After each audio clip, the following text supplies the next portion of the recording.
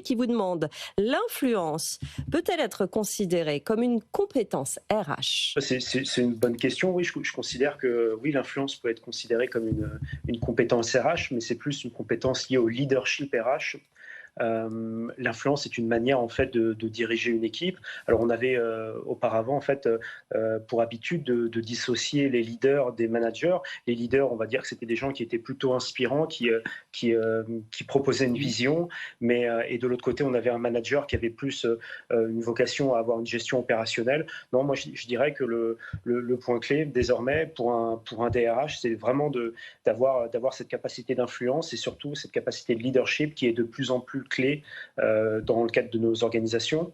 Rappelons quand même que la transformation est désormais permanente au sein des entreprises. Ces transformations sont de plus courte durée et sont de plus en plus inattendues.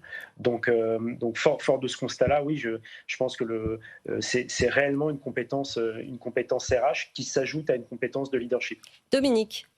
Alors, je dirais que c'est plus qu'une compétence, c'est-à-dire que ça doit être dans l'ADN de n'importe quel DRH qui est dans un COMEX, parce qu'en fait, il est à côté de ses pairs, qui sont tous les dirigeants finance, supply chain, business, et il doit faire passer, sans autorité hiérarchique, des règles juridiques, des sujets autour du bien-être, de la formation, obtenir l'écoute sur l'engagement des collaborateurs, comment ils bougent, sur les réseaux sociaux aujourd'hui, si on veut.